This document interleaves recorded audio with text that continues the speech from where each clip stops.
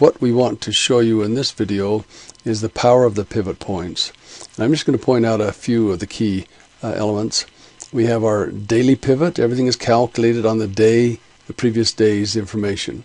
But you have a mid pivot and resistance, and other mid pivot, and higher up you'd see another resistance, and on the bottom you'd see the support. So notice how the market opened and it hovered right along this mid pivot level. It came back down and appeared to kind of having a hard time going through the daily pivot.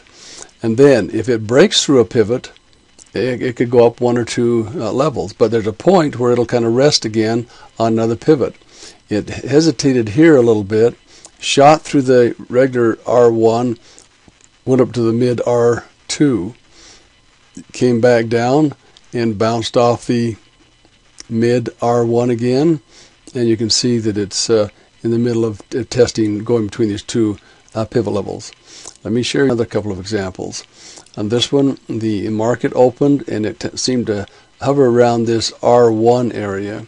It went through the mid R2, the R2, and bounced or hesitated on the mid R3.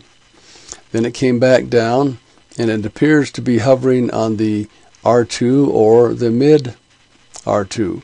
So you can see how it kind of hugs the pivot points. It's drawn to those areas for where you may want to consider doing some of your trading.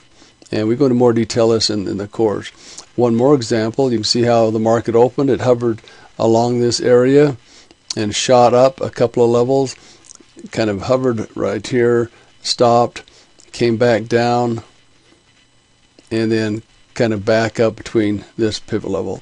So there's nothing in the market that's ever exact. So you're kind of looking for areas, kind of a general area of things happening, and the pivots will give you that type of information. So be sure and check out the webinar to see how the pivots tie in with the Elliott wave, the Fibonacci's, the momentum indicators found in the nth degree trading system.